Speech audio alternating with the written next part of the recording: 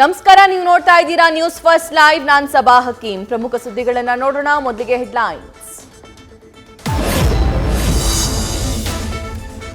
ಉತ್ತರ ಕನ್ನಡ ಜಿಲ್ಲೆಯಲ್ಲಿ ಧಾರಾಕಾರ ಮಳೆ.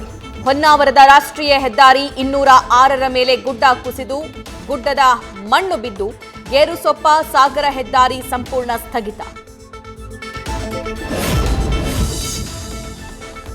ಕಾರವಾರದ ಫಿಶರೀಸ್ ಕಾಲೋನಿಯಲ್ಲಿ ಮನೆ ಮೇಲೆ ಗುಡ್ಡ ಕುಸಿತ. ಬೆಳಗಿನ ಜಾವದಲ್ಲಿ ಮನೆ ಮೇಲೆ ಬಿದ್ದ ಬೃಹತ್ ಬಂಡೆಗಳು.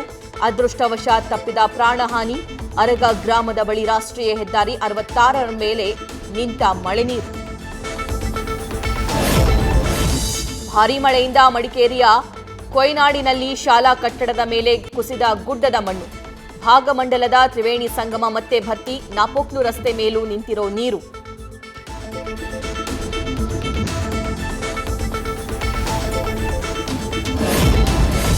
ಚಿಕ್ಕಮಗಳೂರಲ್ಲಿ ಭಾರೀ ಮಳೆ. ಅಪಾಯದ ಮಟ್ಟ ಮೀರಿದ ಭದ್ರಾ ನದಿ. ಹೊರನಾಡು ಬಳಿ ಹೆಬ್ಬಾಳು ಸೇತುವೆ ಮುಳುಗಡೆ.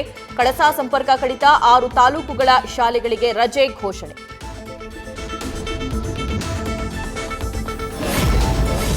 ಉಡುಪಿ ಜಿಲ್ಲೆಯಲ್ಲೂ ಭಾರೀ ಮಳೆ. ಇವತ್ತು ಸಹ ರೆಡ್ ಅಲರ್ಟ್. ತಗ್ಗು ಪ್ರದೇಶಗಳಲ್ಲಿ ನೆರೆ ಮತ್ತೆ ಭೀತಿ. ಎಲ್ಲಾ ಶಾಲಾ ಪದವಿ ಪೂರ್ವ ಕಾಲೇಜುಗಳಿಗೆ ರಜೆ.